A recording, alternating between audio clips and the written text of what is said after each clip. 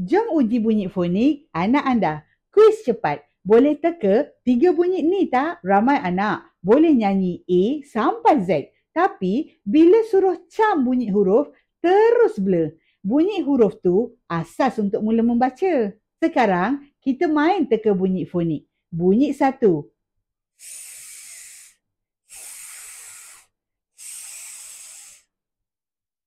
Bunyi 2.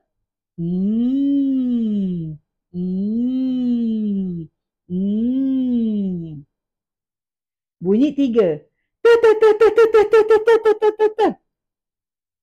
Komen jawapan huruf untuk setiap bunyi. Bila anak kenal bunyi, lebih mudah untuk blend dan baca perkataan. Aktiviti macam ni pun buat anak excited belajar. Nak lebih banyak kuis fonik dan aktiviti interaktif, download pakej mini fonik percuma, link kat bio. Dan jangan lupa follow saya untuk game baru setiap minggu.